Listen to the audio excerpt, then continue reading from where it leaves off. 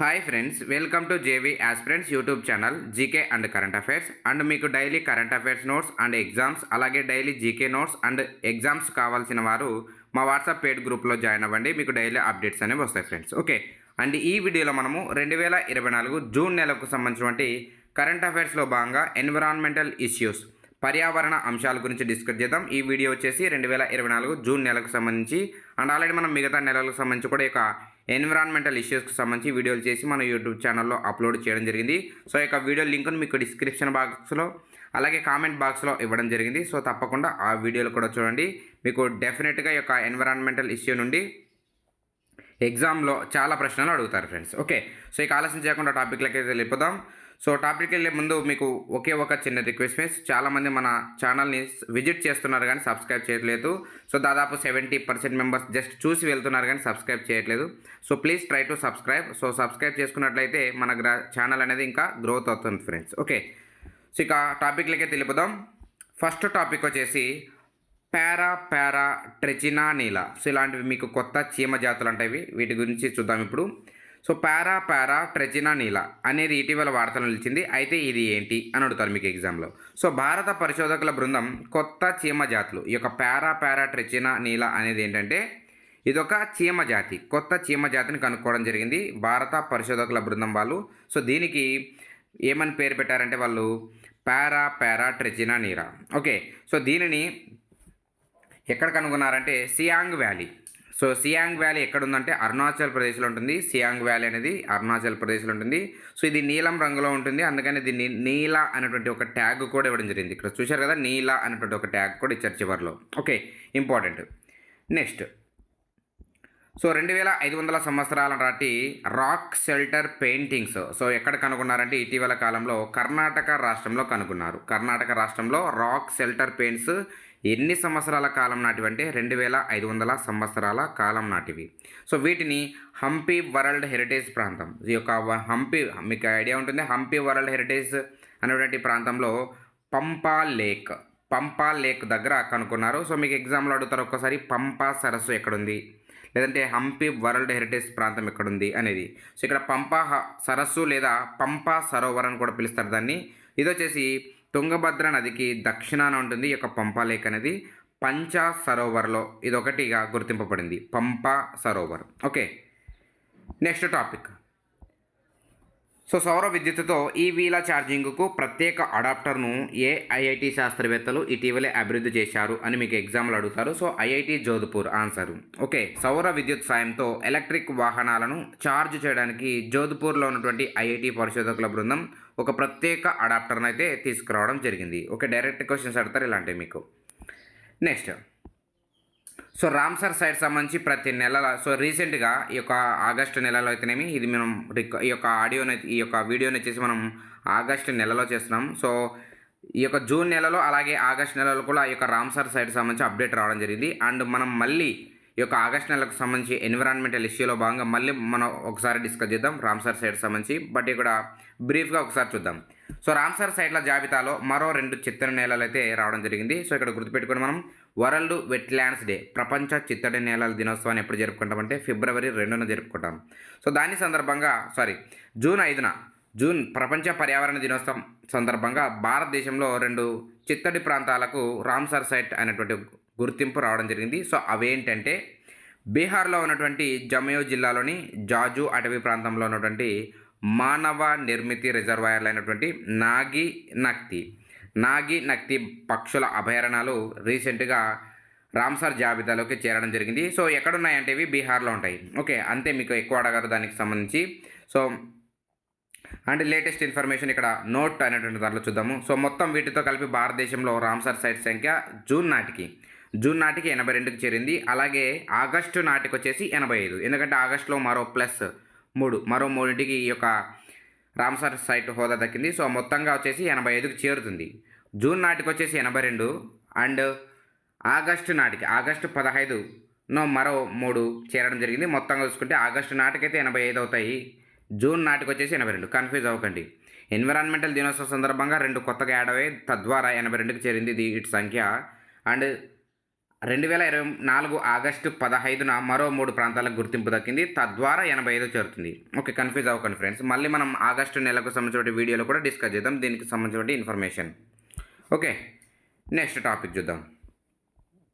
So గార్డీ సుగ్దుప్ ద్వీపం. So ఇటీవల కాలంలో వాతావరణ మార్పుల కారణంగా ఈ యొక్క గార్డీ సుగ్దుప్ ద్వీపాన్ని పనామా దేశం ఏం చేసిందంటే ఖాళీ చేసింది. సో ఇలాంటివి ఎన్విరాన్మెంటల్ ఇష్యూలో ఇవన్నీ అడుగుతారు. మీకు ఎగ్జామ్లో అడుగుతారు. గార్డీ సుగ్దుప్ ద్వీపం ఇటీవలే వాతావరణ మార్పుల కారణంగా ఏ దేశము ఇటీవలే ఖాళీ చేయించింది లేదా ఖాళీ చేసింది అని అడుగుతారు. సో పనామా దేశం. సో పనామా దేశం అయితే ఈ యొక్క గార్డీ సుగ్దుప్ ద్వీపాన్ని ఖాళీ చేసింది. అండ్ నెక్స్ట్ మౌంట్ కన్లాన్ అగ్నిపర్వతం. సో అగ్నిపర్వతాలకు సంబంధించి కూడా చాలా అడుగుతున్నారు అప్పుడప్పుడు ఎగ్జామ్ పాయింట్ ఆఫ్ వ్యూలో. సో ఇది ఎక్కడ ఉంటుందంటే ఫిలిప్పీన్స్ దేశంలో ఉంటుంది. మౌంట్ కన్లాన్ ఏంటి దీని యొక్క మ్యాటర్ ఏంటంటే ఇటీవలే ఈ యొక్క అగ్నిపర్వతం అనేది బద్దలు కావడం జరిగింది. అందుకని వార్తలు నిలిచింది. సో ఇటీవల కాలంలో చాలా పర్వతాలు వార్తలు నిలుస్తున్నాయి. ఈ యొక్క అగ్నిపర్వతాలు అనేవి మీరు చూస్తూ ఉండండి. నెక్స్ట్ బిన్సార్ అభయారణ్యం. సో బిన్సార్ అభయారణ్యం ఎక్కడుందంటే ఉత్తరాఖండ్ రాష్ట్రంలో ఉన్నటువంటి అల్మోరా జిల్లాలో ఉంటుంది. సో ఎందుకు వార్తలు నిలిచింది? ఈ యొక్క బిన్సార్ అభయారణ్యం వచ్చేసి ఇటీవలే ఈ యొక్క బిన్సార్ అభయారణ్యంలో అగ్ని ప్రమాదం అనేది జరిగింది. అందుకనే వార్తలు నిలిచింది. ఇంపార్టెంట్. ఒక్కోసారి బిన్సార్ అభయారణ్యం ఎక్కడుందంటే అడుగుతారు. Uttarakhand is the correct answer. Next so Indian Institute of Science Bengaluru శాస్త్రవేత్తలు ఈ యొక్క ఆర్సెనిక్ అనేటువంటి దాన్ని వడకట్టడానికి చాలా సులభమైనటువంటి పద్ధతిని తీసుకురావడం జరిగింది. ఒకసారి చూద్దాం. సో ఈ యొక్క భూగర్భ జలాల్లో ఉండేటువంటి ఆర్సెనిక్ వంటి భారలోహ కాలుష్య కారకాలను వడకట్టేందుకు బెంగళూరులో ఉన్నటువంటి శాస్త్రవేత్తలు ఒక సరికొత్త విధానాన్ని అభివృద్ధి చేశారు. ఇది వచ్చేసి పర్యావరణ అనుకూలమైనది, ఎకో ఫ్రెండ్లీ అనమాట. ఓకే. ఈ యొక్క విధానంలో ఎన్ని అంచెలు ఉంటాయంటే 3 అంచెలు ఉంటాయి ఈ యొక్క ఆర్సెనిక్ వడకట్టడానికి. సో మీకు ఎగ్జామ్లో డైరెక్ట్ అడుగుతారు. ఇటీవలే ఏ పరిశోధకులు ఆర్సెనిక్ను వడకట్టడానికి ఒక విధానాన్ని రూపొందించారంటే Indian Institute of Science Bengaluru శాస్త్రవేత్తలు. ఓకే. నెక్స్ట్ సో పెరిగినటువంటి నైట్రస్ ఆక్సైడ్ ఉద్గారాలు. సో మీకు ఎగ్జామ్ పాయింట్ ఆఫ్ పెడతారు.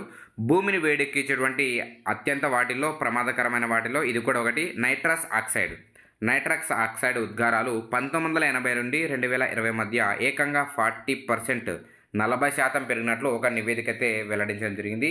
సో ఇది ఎన్విరాన్మెంటల్ ఇష్యూలో బాగా అడుగుతారు కాబట్టి మీకు ఇక్కడ డిస్కస్ చేస్తున్నాం. సో ఇందులో 40% అంటే ఇందులో ఎక్కువగా ఏ దేశంలో ఈ యొక్క నైట్రస్ ఆక్సైడ్ ఉద్గారాలు పెరిగాయంటే చైనా దేశంలో 16% పెరిగాయి, 16% పెరిగాయి. అండ్ సెకండ్ ప్లేస్లో భారతదేశం ఉంది. అక్కడ మన భారతదేశంలో 11% ఈ యొక్క నైట్రస్ ఆక్సైడ్ ఎమిషన్స్ అనేవి మీకు ఉద్గారాలు అనేవి వెల్లడి కావడం జరిగింది బయటికి. అలాగే థర్డ్ ప్లేస్లో వచ్చేసి అమెరికా నిలిచింది. Okay.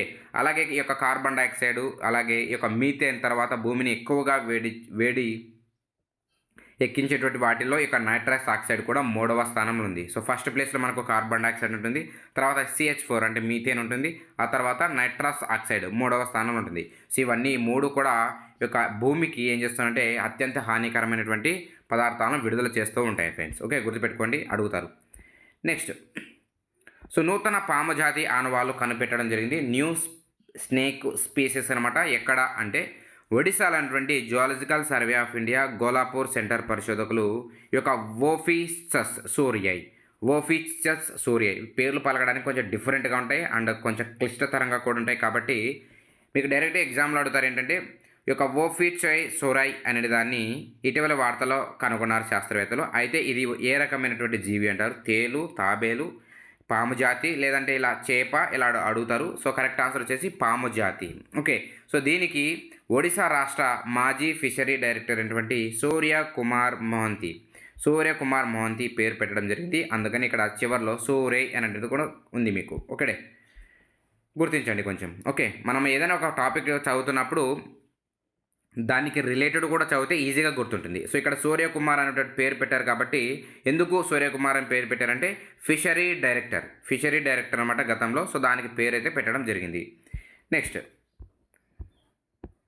Ranipur tiger reserve. So దీన్ని ఒక్కోసారి మీకు షార్ట్ ఫామ్లో RTR, KTR, PTR ఇలా షార్ట్ ఫామ్లో అడుగుతుంటారు. TR అంటే ఏంటి అర్థం ఏంటంటే ఇక్కడ టైగర్ రిజర్వ్ అని అర్థం. సో ఇది ఎక్కడ ఉంటుంది? రాణిపూర్ టైగర్ రిజర్వ్ ఉత్తరప్రదేశ్ రాష్ట్రంలో ఉంటుంది.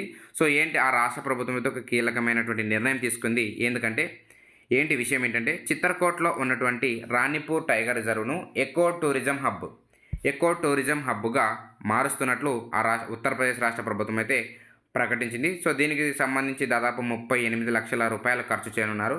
సో మీకు ఎగ్జామ్లో అడుగుతారు డైరెక్ట్, రాణిపూర్ టైగర్ రిజర్వ్ ఇటీవల వార్తలో నిలిచింది, అయితే ఎందుకు నిలిచింది, లేదా ఏ రాష్ట్రంలో ఉంది, ఇలాంటివి అడుగుతూ ఉంటారనమాట. Okay, next topic. So IUCN వాళ్ళు ఒక నివేదికను అయితే రిలీజ్ చేయడం జరిగింది ఈ యొక్క జీవజాతులకు సంబంధించి. సో అంతరిస్తున్నటువంటి జీవజాతుల్లో మరో 1000ని యాడ్ చేయడం జరిగింది ఈ యొక్క IUCN అంటే మీకు తెలుసు కదా, international union for conservation of nature. Important, observations కూడా అడుగుతారు ఒక్కోసారి. సో ఇక్కడ మ్యాటర్ చూస్తే ప్రపంచంలో 45,000 జీవజాతులు అంతరించిపోయే ముప్పును ఎదుర్కొంటున్నాయని, ఇది గత ఏడాది కన్నా ఇది 1000 ఎక్కువ అని యొక్క international union for conservation of nature అయితే వెల్లడించడం జరిగింది, హెచ్చరించింది కూడా ఒక రకంగా చెప్తే. ఓకే, ఈ యొక్క సంరక్షణ వల్ల ఐబీరియన్ లినిక్స్ అనేటువంటి మార్జాల జాతిని రక్షించగలిగారు. సో గుర్తుపెట్టుకోండి, ఈ యొక్క మార్జాల జాతి, ఈ యొక్క ఐబీరియన్ లినిక్స్ చిలీ దేశంలోని అటకామా ఎడారి, గుర్తుపెట్టుకోండి అటకామా ఎడారి ఎక్కడ ఉంటుందంటే చిలీ దేశంలో ఉంటుంది. సో ఈ యొక్క ఎడారిలో పెరిగేటువంటి ఒక రకం బ్రహ్మజముడు మొక్కలు, బోర్నియో ద్వీప ఏనుగులు, అలాగే గ్రాన్ కెనారియా తొండ అదృశ్యమయ్యే ప్రమాదం ఉంది IUCN లేటెస్ట్ రిపోర్ట్ ప్రకారం. డెఫినెట్గా ఇంపార్టెంట్, గుర్తుపెట్టుకోండి ఈ పాయింట్. సో ఏంటంటే అటకామా ఎడారిలో పెరిగేటువంటి ఒక బ్రహ్మజముడు మొక్క, అలాగే బోర్నియో ద్వీప ఏనుగులు, అలాగే గ్రాన్ కెనారియా తొండ, ఈ 3 కూడా అదృశ్యమయ్యే ప్రమాదం ఉందని ఈ యొక్క IUCN హెచ్చరించింది. సో చిలీ బ్రహ్మజముడుకు అలంకరణ మొక్కగా పేరుంది, అందుకని అక్కడ ధనవంతులైతేనేమి చాలా సంపన్నులు ఏం చేస్తున్నారంటే ఆ యొక్క బ్రహ్మజముడు మొక్కను తీసుకెళ్ళి అలంకరణకు ఉపయోగిస్తున్నారు. తద్వారా ఏం చేస్తుందంటే అటకామా ఎడారిలో పెరిగేటువంటి యొక్క బ్రహ్మజముడు అదృశ్యమయ్యే ప్రమాదం ఉందని హెచ్చరించింది. అలాగే బోర్నియో ద్వీప ఏనుగులు, ఈ యొక్క బోర్నియో ద్వీప ఏనుగులు ఇప్పుడు కేవలం 1000 మాత్రమే మనుగడలో ఉన్నాయి, ఇవి కూడా త్వరలో అదృశ్యమయ్యే ప్రమాదం ఉందని కూడా హెచ్చరించింది. అండ్ అంతరిస్తున్నటువంటి జీవజాతుల సమాచారాన్ని గత 60 ఏళ్ళుగా ఈ యొక్క IUCN అనేటువంటి సంస్థ ప్రచురిస్తూ ఉంటుందన్నమాట. సో ఎగ్జామ్లో అడుగుతారు. అలాగే రెడ్ డేటా బుక్ అంతరించిపోతున్నటువంటి జాబితాను కూడా అక్కడ చేరుస్తూ ఉంటారు. సో ఇక్కడ IUCN వచ్చేసి 1948లో ఏర్పాటైంది, అండ్ దీని యొక్క ప్రధాన కార్యాలయం వచ్చేసి స్విట్జర్లాండ్లో ఉంటుంది ఫ్రెండ్స్. Okay, next. సో కొత్తగా మరో 8 వెరైటీస్. సో వెరైటీస్ అంటే వంగడాలు అని అర్థం. సో వంగడాలు అంటే ఏంటంటే మనకు యొక్క తినడానికి ఏవైతే వెరైటీస్ ఉంటాయో వాటిని వంగడాలు అని పిలుస్తారు. ఓకే, సో ఇక్కడ ఆచార్య జయశంకర్ తెలంగాణ రాష్ట్ర వ్యవసాయ యూనివర్సిటీ ఏం చేసిందంటే 8 రకాల నూతన వంగడాలను విడుదల చేసింది. సో మీకు ఎగ్జామ్లో ఏమని అడుగుతారంటే WGL 1289 అనేటువంటి దానిని ఇటీవలే ఆచార్య జయశంకర వాళ్ళు అభివృద్ధి చేశారు. అయితే అది ఏ రకమైన వంగడం అంటారు? ఆప్షన్ ఏ వరి, ఆప్షన్ బి జొన్న, మొక్కజొన్న, వేరుశనగ, ఇలాంటివి అడుగుతారన్నమాట. సో ఆ కోణంలో ఇక్కడ ఇది ఎన్విరాన్మెంటల్ ఇష్యూలో వస్తుంది. ఓకే, సో ఇక్కడ చూద్దాం. RNR 28361, KNM 7037, WGL 1289 అనేవి వరి వంగడాలు. ఇవన్నీ వచ్చేసి రైస్ వెరైటీస్ అనమాట. ఓకే, రైస్ వెరైటీస్ అనమాట. అలాగే DHM 206 అనేది మొక్కజొన్న వెరైటీ. అలాగే SVT 55 అనేది జొన్న వెరైటీ. అలాగే ఈ యొక్క PBH 1625 అనేది సజ్జలు. అలాగే PRS 38 అనేది రాగి వెరైటీ. ఇవన్నీ కూడా ఆచార్య జయశంకర్ తెలంగాణ రాష్ట్ర వ్యవసాయ యూనివర్సిటీ విడుదల చేసింది రీసెంట్గా. Okay, next. Indian painted frog ఈ యొక్క KTR అంటే మీకు తెలుసు కదా, కవ్వాల్ టైగర్ రిజర్వ్ ఆదిలాబాద్ జిల్లాలో ఉంటుంది. ఈ యొక్క ఆదిలాబాద్ జిల్లాలో ఉన్నటువంటి కవ్వాల్ టైగర్ రిజర్వ్ జోన్లో ఇండియన్ పెయింటెడ్ ఫ్రాగ్ని కనిపెట్టారు. దీన్ని ఏమని పిలుస్తారంటే కలౌలా పుల్చురా అని దీన్ని పిలుస్తూ ఉంటారన్నమాట. సో మైక్రో హాలిడే కుటుంబంలో భాగమైనటువంటి ఒక చిన్న ప్రత్యేకమైనటువంటి ఉభయచర జీవి ఇండియన్ పెయింటెడ్ ఫ్రాగ్. ఓకే, గుండ్రటి శరీరం ఉంటుంది, అలాగే విలక్షణమైనటువంటి రంగు కలిగి ఉంటుంది ఈ యొక్క Indian painted frog. Okay friends, ఇవి మీకు 2024 జూన్ నెలకు సంబంధించినటువంటి వార్తల్లో నిలిచినటువంటి ఎన్విరాన్మెంటల్ ఇష్యూస్, పర్యావరణ అంశాలు. సో ఈ వీడియో మీకు నచ్చినట్లయితే తప్పకుండా మీ ఫ్రెండ్స్కి షేర్ చేయండి, అలాగే మాకు సపోర్ట్ చేస్తున్నాను friends. And thank you for watching this video. Thank you very much.